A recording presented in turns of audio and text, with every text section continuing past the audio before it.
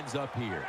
Going on? This is Jay Bronx again from Madden Surgeons, going over today one of my personal favorite plays in Madden, the jet sweep.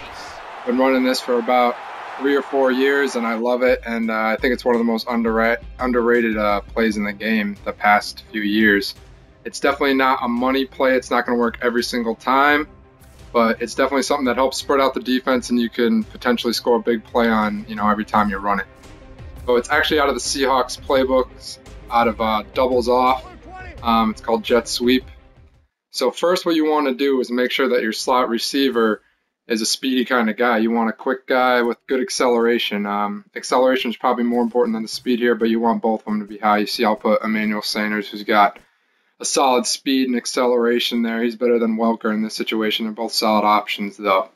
So you want kind of guy like that. Percy Harvin's my personal favorite, who I use in Madden Ultimate Team, but Sanders here. So you'll see some examples. It does require some good skills with the sticks. You got to spin and juke a lot with this. You usually got to juke out this one guy to score, but for the most part, you're going to get a solid read around the side. And really the best times that it's going to work is when everyone's bunched in the middle and there's no one out to the right of that tight end there.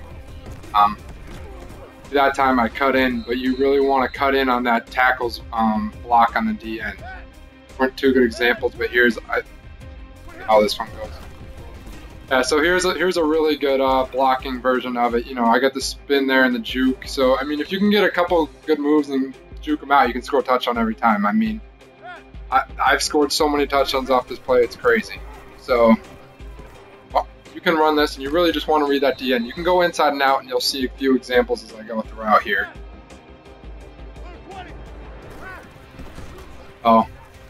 Here again, we're gonna switch it back and go to the left. You can also run it to the left. You really want to run it when it's on the hash marks. So say if it's on the left hash, you're gonna definitely want to run it right. If it's on the right hash, you're gonna want to run it left. Here's an example of running the left. And then I'll show you when we respot the ball how it can be more effective. It's not going to be in the middle of the field every play. So, like again there, that spin is crazy. If you can get that spin down, you can juke guys out. Granted, this is the computer, but against people online, which I'm going to show you here in a second, it can still very effective. So if you want to respot the ball, which I'm going to do here in a second, let me go back to the right screen. So we'll respot it to the right hash here and run it to the left. This is usually when you would want to do it, just to re-emphasize that. Yeah, I got cut in there on the D end. He played it real well. Like I said, it's not going to work every time, but it really helps spread out the defense, makes your opponent think, oh shoot, I got to watch outside every play. That's huge when you're playing Madden, in football in general. So making them think outside, it allows you to run inside. This is what I'm going to do here. So you get a guy that's controlling the outside, you run it inside, you just audible to a run.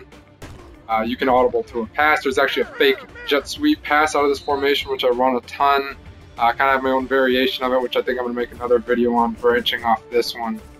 For the sake of this concept, let's just run the fake jet zone run.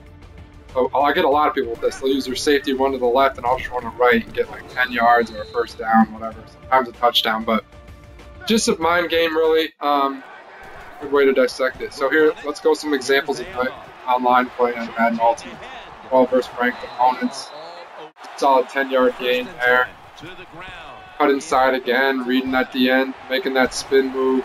The outside, there's 10 yards, almost a touchdown. Here's Harvin again to the outside. He goes blocks, spin.